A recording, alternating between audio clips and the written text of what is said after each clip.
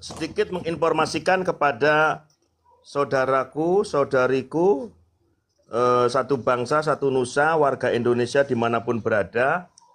Berikut saya sebutkan data tentang isi daripada Kuropat Kitab Karangan Ba'lawi, _ajaran sesat Ba'lawi. Sebagian saja ini ya. Yang pertama, Habib ngaku sebagai Tuhan. Keterangan dari kitab Al-Masra'ur Rawi dalam bentuk manuskrip. 2. Habib merasa memiliki karomat dengan cara memegang payudara istri tetangganya. Ini tertuang di kitab Kunuzus Sa'adah. Halamannya sengaja saya buremkan biar mereka cari dulu. Yang ketiga, Habib sudah mati tapi mampu bikin hamil istri dan istrinya punya anak. Keterangan kitab Diwan Syair Habib Abdurrahman Segaf. 4. Habib tidak pernah mati. Kitab Syarah Ainiyah. 5.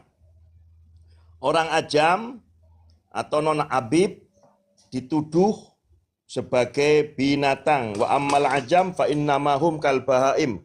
Keterangan An-Nahrul Maurud juz 2. 6. Habib mampu merubah kotoran jadi emas. Kitab Tadhkirun Nas. 7. Nabi Muhammad SAW, Imam Ali, Sayyidina Hasan, Sayyidina Husain belajar ngaji ilmu nawu sorob pada Habib. Keterangan kitab Al-Fudhat Al-Bahriyah. 8. Tarekat An-Naqsabandiyah, Qadiriyah dan para pengikutnya adalah tarekat setan. Keterangan Uqudul Almas. 9. Habib berhaji di Hadramaut menurut pengakuannya atas perintah ruh Nabi dan ruh wali. Keterangan kitab Majmu' Mawaid wa Kalami Habib Ahmad bin Umar bin Smith. 10. Habib membolehkan bikin kuburan palsu. An-Nahrul Maurud. 11. Habib bisa diskusi ngobrol dengan Allah. Keterangan Syarhus Sudur. 12. Habib mampu menolong ibunya di saat ibunya masih kecil. Keterangan kitab Al-Fu'ad Al-Muhtaroh. 13. Jawa adalah wilayah terlaknat, penebar fitnah, dan berpusatnya segala kehinaan. Keterangan Iqdul Yawaqid. 14. Habib berhasil meronsen kuburan, mengidentifikasi keberadaan kuburan Sayyid Ahmad bin Isa. Jadi ilmunya ilmu ronsen. Keterangan kitab An-Nurus Safir. 15. Habib syahadatnya ada 3. Keterangan Tathbitul Fuad. 16. Habib mampu tawaf di surga. Keterangan Kunuzus Sa'adah. 17. Habib mampu mencari orang-orang yang ada di surga dan di neraka. Keterangan Syarhul Ainiyah. 18. Habib bisa memiliki keramat terjun ke neraka untuk menyelamatkan seluruh penduduk Tarim. Syarhul Ainiyah. 19. Ulama tidak bisa bangun dari sujud sholat karena kualat menghina Habib. Al-Masra'ur Rawi. 20. Membawakan air untuk diberikan kepada anak Habib, pahalanya lebih baik dari 600 haji dan 600 umroh. Tadhkirun Nas. 21. Siapa, ini sebagai kitab sanggahan ya, siapa yang mengaku bisa mi'raj bertemu Allah dihukumi kufur secara ijma. Keterangan kitab Asy-Syifa bi Ta'rifi Huquqil Mustafa. 22. Habib mampu selamatkan penduduk Hadramaut dari neraka. An-Nurus Safir 118. 23. Habib bisa ngobrol dengan saudaranya ketika masih di perut ibunya. Keramat ini luar biasa. Keterangannya di kitab Al-Jawahir. Manaqib Syekh Abu Bakar fi Tajil Akabair. 24. Nasab Habib diisbat langsung oleh Nabi Muhammad melalui Nabi Khidir. Keterangan Tadhkirun Nas. 25. Habib Ba'lawi lebih mulia dari Ahlul Bait. Keterangan kitab Bughyatul Mustarsyidin. 26. Tarekat Ba'lawi lebih utama dari semua tarekat selain Ba'lawi. Keterangan Bughyatul Mustarsyidin. 27. Habib boleh mengulang bacaan sholat dimanapun berada. Keterangan Samsud Dohiroh. 28. Istri Nabi, yakni Sayyidatina Khadijatul Kubra radhiyallahu anhuma wa radhiyallahu anhu alaihi salam, menjadi pelayan kopinya Habib. Keterangan Tajul A'ros. 29. Roh Habib mampu merasuk ke dalam siluman ular. Keterangan Majmu' Kalam Ahmad bin Umar. 30. Sultanul Aulia Syekh Abdul Qadir Al-Jilani difitnah oleh kitab karangan Habib bahwa beliau Syekh Abdul Qadir Jilani nasabnya tidak nyambung lewat Imam Hasan maupun Husain, sehingga Syekh Abdul Qadir Jilani bukan dzurriyyah Rasulullah. Keterangan di kitab Abnaul Imam.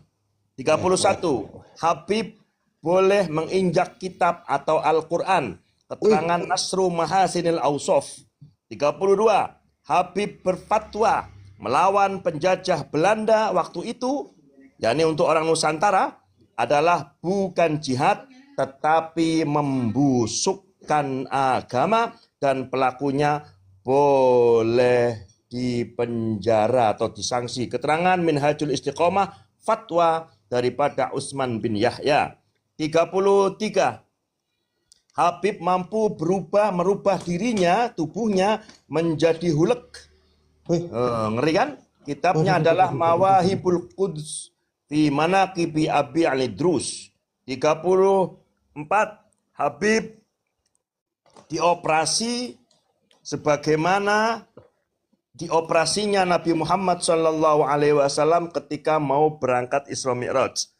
35. Habib melaksanakan sholat dengan cara cepat, sebab kalau sholatnya pelan, lambat, khusyuk, maka takut keluar mani. Wow. 36. Waduh. Allah Subhanahu wa Ta'ala dimimpikan menyerupakan wujudnya atau bertajalli dalam bentuk tubuh Habib Abdullah. Luar biasa. 37. Allah Subhanahu wa Ta'ala terkadang meminta izin kepada Habib ketika Allah mau membuat perkara yang baru. Jadi Allah izin ke Habib dulu ini. Yang 38. Habib bermimpi Nabi Muhammad SAW mengagumi Nabi Muhammad SAW dan akhirnya keluar mani. Dan masih banyak lagi, cukup 38 dulu, nanti lain kali kita sambung. Itu saja Mas Sapa tadi yang rekam. Terima kasih, mohon diinformasikan dan saya bertanggung jawab atas apa yang saya ucapkan, datanya aja fix. Luar biasa, Yai. Kurofatnya ya Allah ya Rabbi. Berarti memang secara langsung itu kaum Ba'lawi ini udah benar-benar menganggap bahwa Islam itu bukan agama.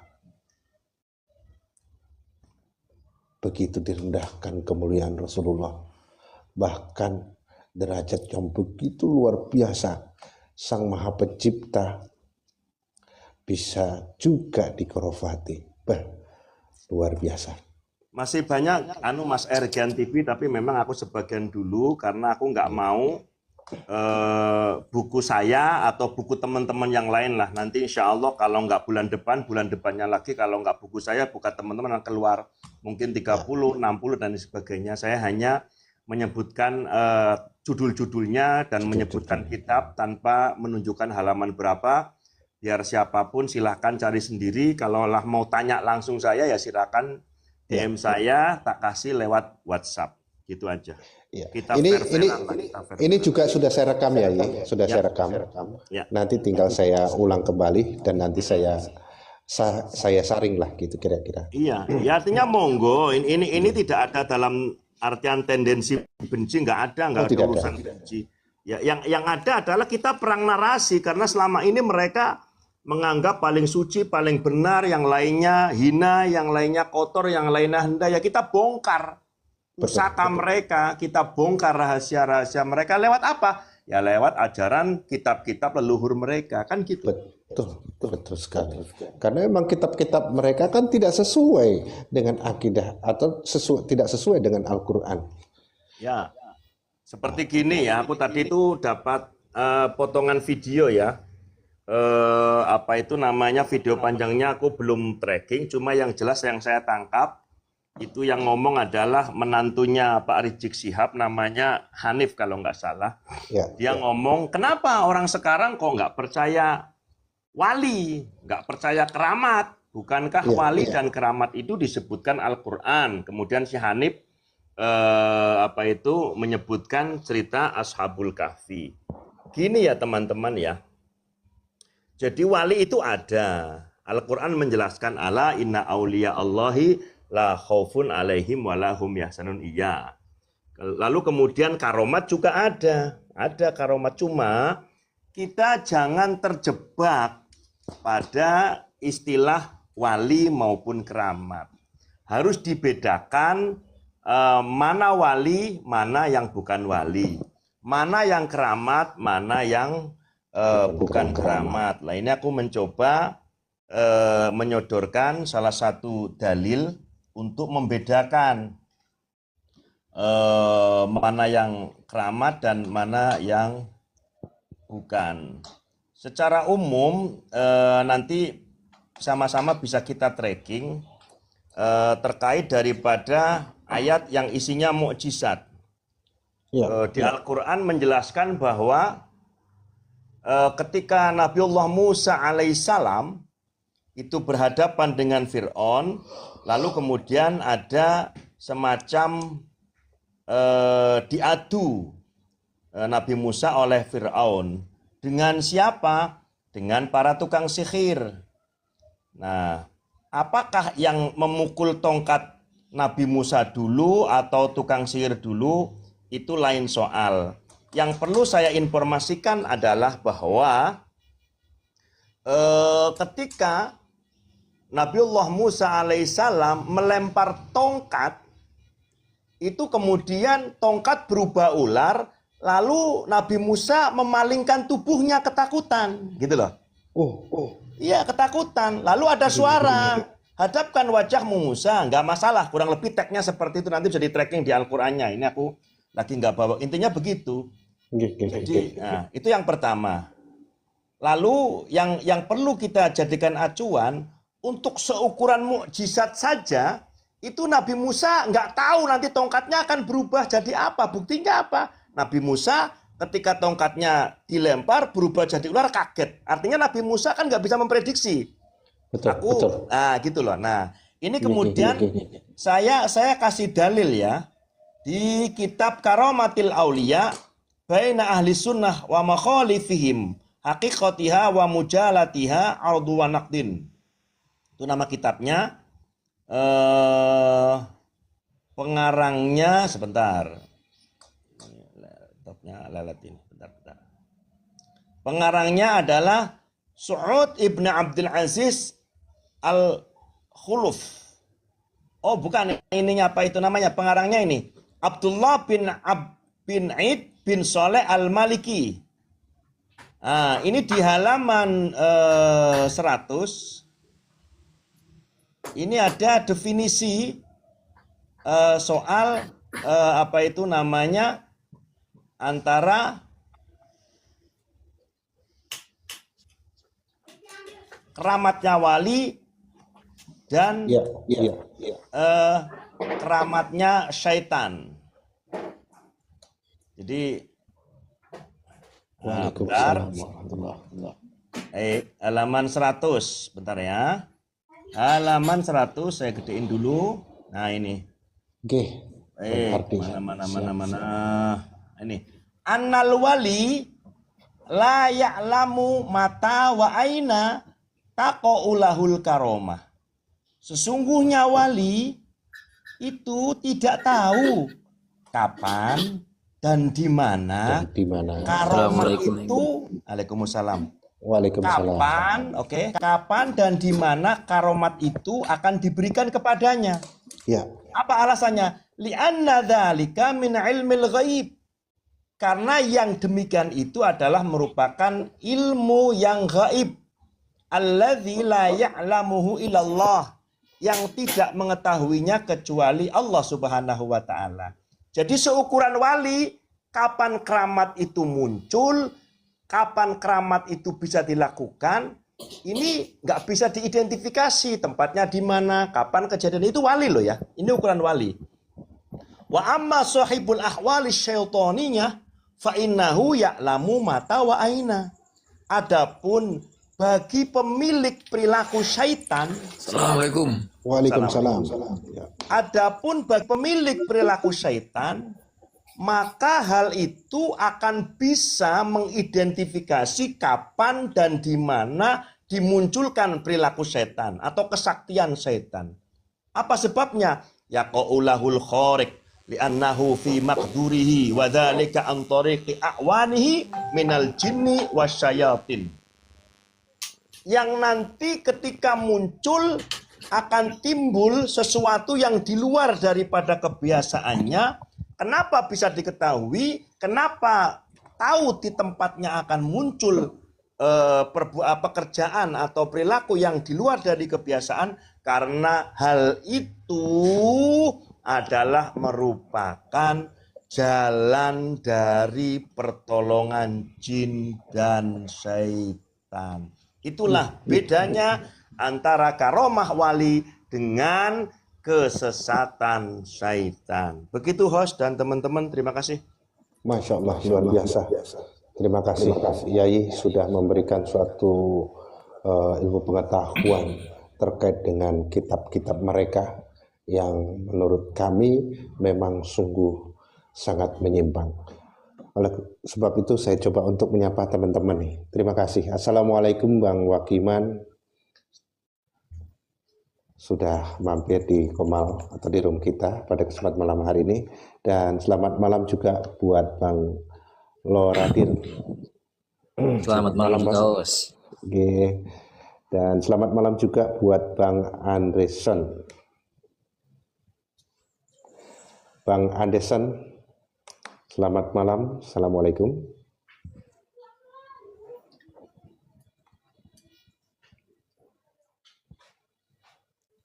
Oke. Mungkin hanya menyimak. Iya, betul. Monggo, Kamas dari Yai kita sudah memberikan suatu pengetahuan terkait dengan penelitian kitab-kitab dari para kaum Ba'lawi ini. Dari beberapa tadi teman-teman menyimak, ada kurang lebih 38 ayat ya, berbagai macam khurafat mereka. Menurut panjenengan seperti apa menanggapi dari penjelasan Pak Kiai kita? Kalau menurut saya Os itu sangat melenceng banget Os. Ya, betul. Di luar jalur lah sudah. Ya. Dan itu saya rasa sudah sangat-sangat apa ya? Fatal, sudah fatal. Iya. Iya, sudah fatal, yang memang tidak sama sekali tidak sama dengan akidah yang kita percayai selama ini. Begitu. Ini salah satu apa ya? Kelompok yang memang untuk merusak akidah. Kelompok yang merusak akidah Islam yang sebenarnya. Kira-kira begitu. Kalau kita cermati dengan seksama dari beberapa perihal khurafat yang disebutkan Pak Yai kita melalui beberapa kitab-kitab mereka, kira-kira begitu. Nah, Bang Wakiman sendiri seperti apa dalam penilaian? Ya, Assalamualaikum Pak Yai. Waalaikumsalam warahmatullahi wabarakatuh. Ya, mohon maaf, tadi saya teman dari apa yang ke-25 tuh sampai ke 30 sekian ya. Oke. Itu saya dulu juga pernah mondok, cuman belum pernah mendapatkan pelajaran seperti ini. Iya. Saya di pondok itu kurang lebih 17 tahun. Luar biasa. Oke. Belum pernah mendapatkan ajaran seperti ini. Ya tolong bagi yai-yai yang paham tentang kitab itu, tolong disebarluaskan agar umat Rasulullah ini tidak terjebak dengan ajaran-ajaran yang di luar akal sehat kita. Betul. Dan kemungkinan besar anak-anak kita ke depan yang mulai mondok tahun 2000 sekian ini sudah mulai didoktrin pengetahuan seperti ini. Mohon disebarluaskan agar ini tidak menjadi berkepanjangan di negeri Indonesia ini. Karena Minimal kita tidak terlalu jauh lah, tidak terlalu jauh, tidak terlalu dalam. Orang Muslim harus mempertahankan dalam negerinya. kesesatan. Ya. Negeri kita harus kita pertahankan. Oke. Sekaligus akidah kita harus diperkuat. Ini tidak sesuai dengan akidah orang-orang Indonesia. Ya mohon yang pegang kitab ini, yang paham dengan kitab ini, tolong disebarluaskan agar anak-anak kita ke depan lebih paham. Kalau yang usia 40 ke atas paham lah, kalau ini jelas melenceng. Tapi anak-anak yang baru mulai pondok tahun 2000 naik ke sekarang ini kemungkinan besar sudah masuk ilmu-ilmu seperti ini. Iya, betul. Mohon dukungannya semua yai-yai yang khususnya yang paham lah dengan kitab-kitab ini. Kalau saya mondoknya kan cuman Quran ya, jadi mendalami Quran. Kalau kitab-kitab yang lain yang nyeleneh-nyeleneh ini emang saya tidak kenal betul. Tidak kenal betul gitu. Iya. Ya, mohon kepada Pak Yai yang betul-betul menguasai tentang ilmu ini, mohon sebarluaskan, jangan sampai anak turun kita mengalami semacam. Sepakat.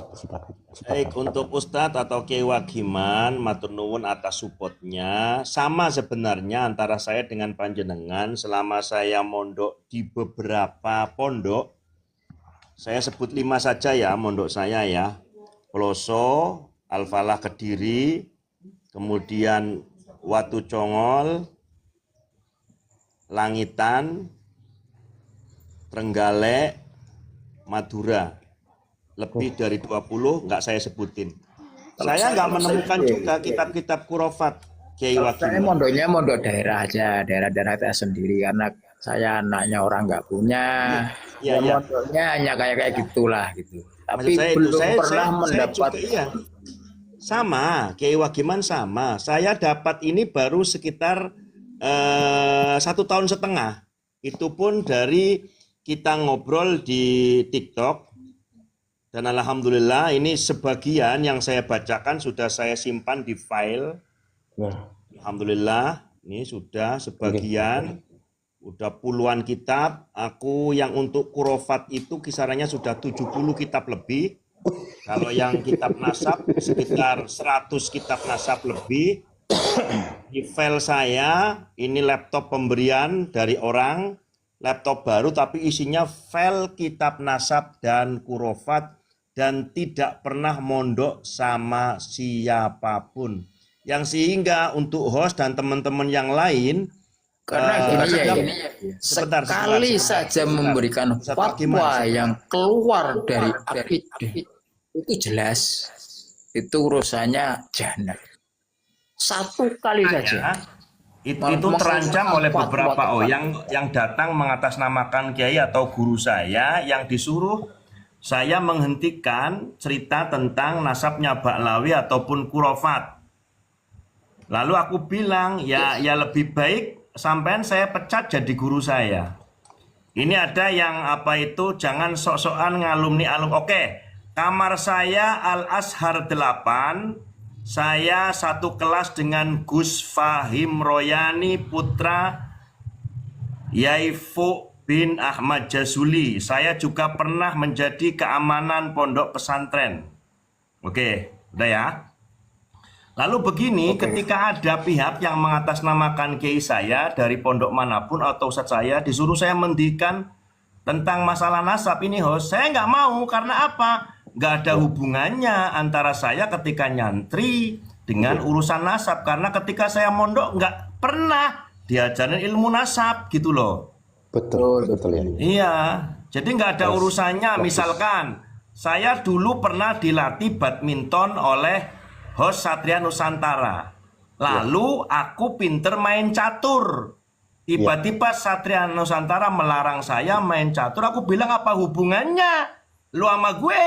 Kan gitu. Lu kan ngasih ilmu minton. Gue itu dapat ilmu catur bukan dari lo.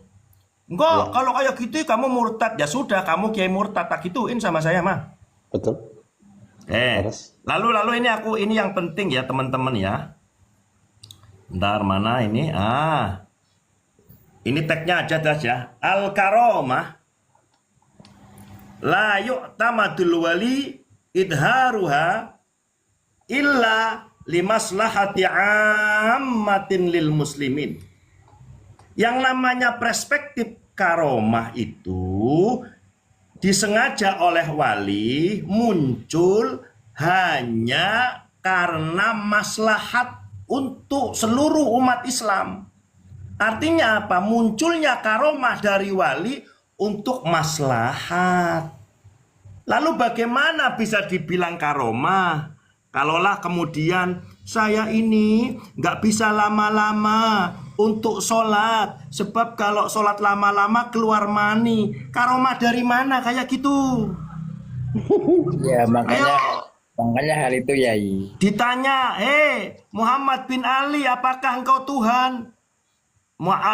Muhammad bin Ali, am huwa Allah, qala na'am anallah, ya saya Tuhan. Karomah dari mana yang kayak gitu loh. Lalu karomah dari mana yang tiba-tiba menginformasikan tubuhnya bisa gede menjadi hule? Karomah dari mana? Lalu bilang karomah. Mohon maaf ya. Mohon maaf ya. Sebentar. Karena Ahmad Al-Hadar, ya, ada orang yang namanya Ahmad Al-Hadar, ketika melihat wanita di jalan, maka qoba sofitat yaiha, akan meremas susunya. Coba karomah dari mana kayak gitu? Sebutin bang, antum itu mondok di Madura, Madura mana sampean? Kok nyebut-nyebut Madura? Loh, saya itu bukan hanya mondok, buyut saya orang Madura, kenapa? Iya, coba sebutin mondoknya Madura mana? Loh, urusanmu apa? Nah, jangan nyebut-nyebut Madura dong. Ya terserah, memang aku pernah mondok di Madura. Emang ada apa? Iya. Loh, kenapa? Emang kamu pemilik pondoknya? Kalau